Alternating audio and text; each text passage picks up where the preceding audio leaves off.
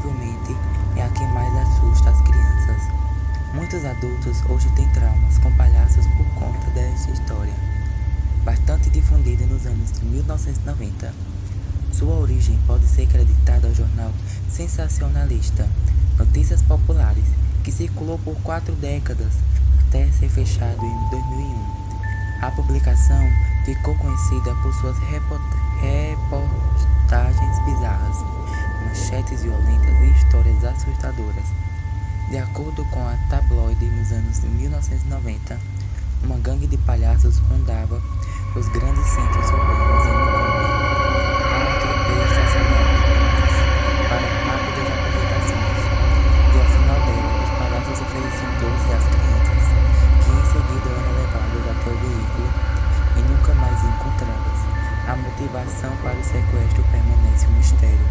As hipóteses mais prováveis são tráfico de órgãos, pedidos de resgate e prostituição infantil.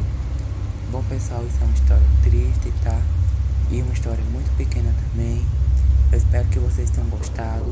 Um beijão e até a próxima. Tchau!